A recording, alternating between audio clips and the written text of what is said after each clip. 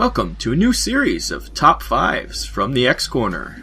So I was asked by the Imperial Overlord Andrew to come up with some top 5 lists. Little did he know, I am a list master who cannot stop making lists.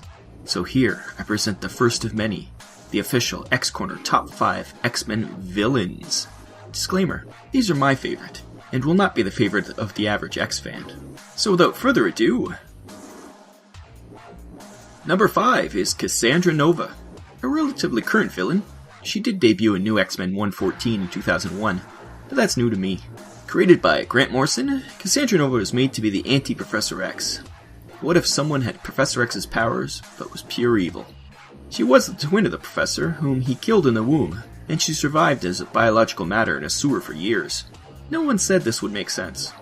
The reason she's on the list, though, is that she presents one of the greatest threats to the X-Men without being a physical danger.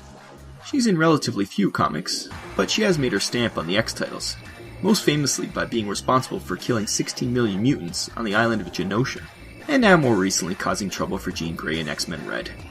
Her creepiness along with her powers make her a shoo-in for this list. Number 4 is also a recently returned villain, but I loved him before he was famous, and that is Proteus. Debuting in Uncanny X-Men 125 in 1979, Proteus was the son of Moira MacTaggart, an ally to the X-Men.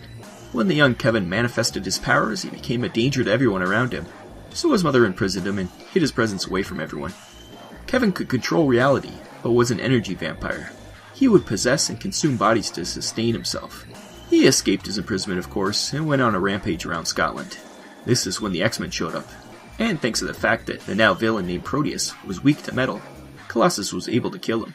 Or so they thought. He has recently returned from the astral plane to cause more trouble. He gets on the list mostly due to reading that story, and especially the backup extended scene in the classic X-Men series. Seeing Proteus's reality warping powers turn Wolverine into a puddle was an epic moment for me. Number 3 is the Hellfire Club. These villains include Emma Frost, Sebastian Shaw, Donald Pierce, and a few others, who were a bunch of aristocratic mutants who stood for everything the X-Men stood against. They trained mutants to fight the X-Men, they manipulated people for their own ends, and in general are not very nice. Premiering in 1980 in Uncanny X-Men 129, they made a name for themselves by causing the Dark Phoenix saga, which was a pretty good start. They also have one of the best henchman costumes ever.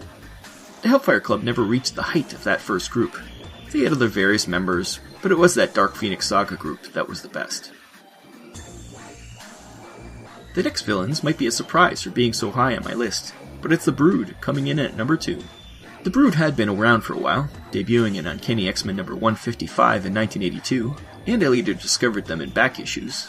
But the reason they have a special place on this list is that they were the villains in the first X-Men comic I ever read, Uncanny X-Men 233.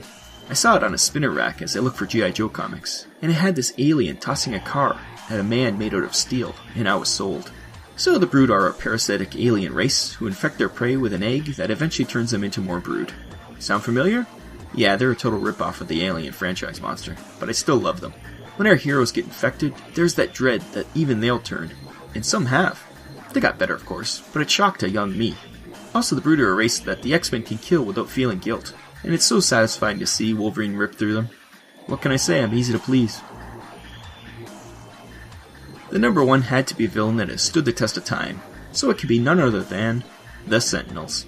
Premiering way back in X-Men number 14 in 1965, the Sentinels have never been far from the X-Men. These ever-evolving mutant-hunting giant robots have such an iconic look that has changed little from the beginning until now. Sure, there are special versions like Bastion or Nimrod, but the best are the traditional purple and blue ones that are always there to provide a racist monster that the X-Men can tear the heads off guilt-free once again. Long live these mutant-hating robots. You'll note that I haven't included many of the traditional X-villains on this list. No Apocalypse, no Mr. Sinister, no Sabretooth or Strife, or even Shadow King. And the biggest exception is Magneto, of course. But we all know he's not a villain, so don't even suggest he should be here.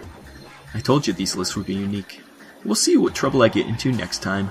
Later.